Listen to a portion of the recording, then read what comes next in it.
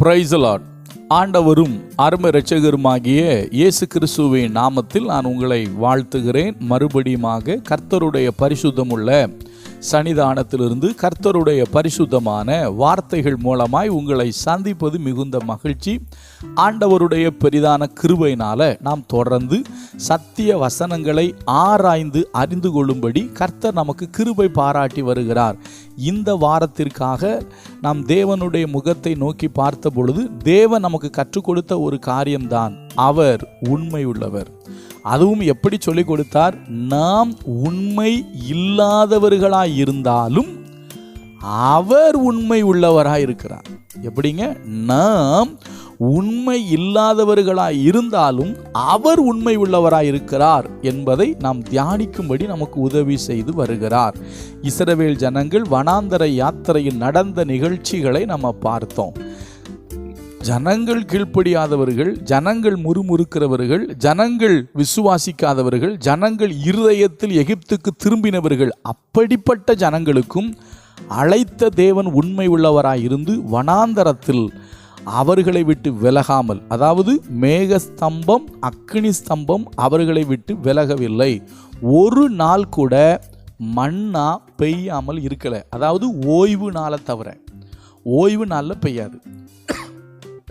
இப்படி அவர்களை கர்த்தர் அற்புதமாய் நடத்தினார். அவருடைய உண்மை பிசகவில்லை. ஜனங்கள் உண்மை இல்லாதவர்களாய் இருந்தாலும் கர்த்தர் உண்மை உள்ளவராய் இருந்தார். அதை பார்த்தோம். இன்றைக்கு இன்னொரு தேவ மனுஷனை நான் பார்க்குறேன், உங்களுக்கு காமிச்சு கொடுக்க விரும்புகிறேன். நமக்கு நன்கு தெரியும், யோனா என்கிற ஒரு தேவ மனுஷன், கர்த்தருடைய ஊழியக்காரர், கர்த்தருடைய தீர்க்கதரிசி. கர்த்தர் என்ன சொன்னார்? யோனா 1வது அதிகாரம் 3வது வசனம், அப்பொழுது யோனா கர்த்தருடைய சமூகத்தில் நின்று விலகி தர்சிசுக்கு ஓடி போகும்படி எழுந்து யோப்பாவுக்கு போய் தர்சிசுக்கு போகிற ஒரு கப்பலை கண்டு கூலி கொடுத்து தான் கர்த்தருடைய சமூகத்தில் நின்று விலகும்படி அவர்களோட தர்சிசுக்கு போக கப்பல் ஏறினான். யோனா என்கிற மனுஷன் நமக்கு நன்கு தெரிந்த ஒரு தேவ மனுஷன்.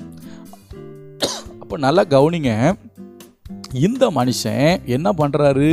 கர்த்தர் இவரை நினிவேக்கு போகும்படி சொன்னார். இவரோ கர்த்தருடைய வார்த்தைக்கு கீழ்ப்படியாமல் தர்சிசுக்கு ஓடி போகிறார். கர்த்தருடைய சமூகத்தினின்று விலகும்படி தர்சிசுக்கு ஓடி போகும்படி காசு கொடுத்து எங்கே போகிறாருன்னா தர்சிசுக்கு போகிறதுக்கு கப்பல் ஏறிட்டார். கர்த்தர் சமுத்திரத்தின் மேல் கொந்தளிப்பை கட்டளையிட்டார். பெருங்காற்று வந்தது, கொந்தளிப்பு வந்தது. அதற்கு பின்பு என்ன நடந்தது என்பது நமக்கு தெரியும். இப்போ நம்ம இதில் தெரிந்து கொள்ள வேண்டிய செய்தி என்னன்னா, யோனா கீழ்ப்படியாதவராக, தேவனுடைய சித்தத்தை நிறைவேற்றுவதற்கு மனமில்லாதவராக, தேவன் சொன்ன இடத்திற்கு போவதற்கு விருப்பம் இல்லாதவராக, தேவனுடைய சமூகத்தை விட்டு விலகி ஓடும் பொழுதும் தேவன் யோனாவை அழைத்தவர் உண்மை உள்ளவர். என்ன பண்ணுறாரு? கர்த்தர் அவரை என்ன செய்கிறாரு? மறுபடியும் தன்னுடைய வேலைக்கு உள்ளே கொண்டு வராரு. நடந்தது என்ன? நல்லா கவனிங்க. யோனாவை தூக்கி கடலில் போட்ட பொழுது அந்த யோனாவுக்காக எந்த யோனா? அவருடைய வார்த்தைக்கு கீழ்ப்படியாமல் அவரை விட்டு ஓடி போனவர். அவர் சொன்ன வார்த்தைக்கு, சொன்ன வேலையை செய்ய மாட்டேன்னு ஓடி போனவர். ஆண்டவரே, நீர் சொல்கிறத என்னால் செய்ய முடியாதுன்னு சொல்லி ஓடி போன மனுஷனை கர்த்தர் தேடி போகிறாரு. அவருக்காக கர்த்தர் ஒரு மீன் ஆயத்தப்படுத்திருக்கார். யோசிச்சு பாருங்களாம், கர்த்தர் எவ்வளவு உண்மை உள்ளவர். அந்த மனுஷனை மீனுக்கு இரையாக்குவதற்கு தேவன் மீனை ஆயத்தப்படுத்தலை. அந்த மனிதனை காப்பாற்றி அந்த மனிதன் மூலமாக தன்னுடைய ஊழியத்தை நிறைவேற்றுவதற்கு கர்த்தர் அந்த மனிதனை பாதுகாத்தார். கர்த்தர் உண்மை உள்ளவராய் இருந்தார். 3 நாள் யோனா மீனின் வயிற்றில் உட்கார்ந்துருக்கார். நமக்கு நன்கு தெரியும். இந்த யோனா, கிறிஸ்து இந்த யோனாவை பேசுகிறாரு. எல்லாரும் அடையாளம் கேட்பாங்க. அப்போ அவர் சொல்லுவார், யோனா தீர்க்கதரிசியின் அடையாளமே அல்லாமல் வேறு அடையாளம் உங்களுக்கு கொடுக்கப்படாது. யோனா 3 நாட்கள் மீனின் வயிற்றில் இருந்தது போல மனுஷகுமாரனும் 3 நாள் பூமியின் வயிற்றில் இருப்பார் என்று இயேசு சொன்னார். அப்போ யோனா தீர்க்கதரிசி கிறிஸ்துவின் மரணத்துக்கு அடையாளமாகிறார். ஆனால் யோனாவோ கீழ்ப்படியாமல் போனவர், கர்த்தரோ உண்மை உள்ளவர். யோசிச்சு பாருங்க, கீழ்ப்படியாமல் போன யோனாவுக்கு கர்த்தர் உண்மை உள்ளவராய் இருந்தார்.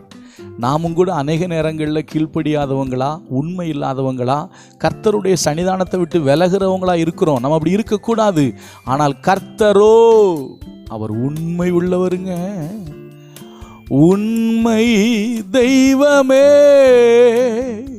உருக்கம் நிறைந்தவர், உண்மை தேவனே, உருக்கம் நிறைந்தவர், என்னையும் காப்பவர், உறங்குவதில்லையே, என்னையும் காப்பவர், உறங்குவதில்லையே.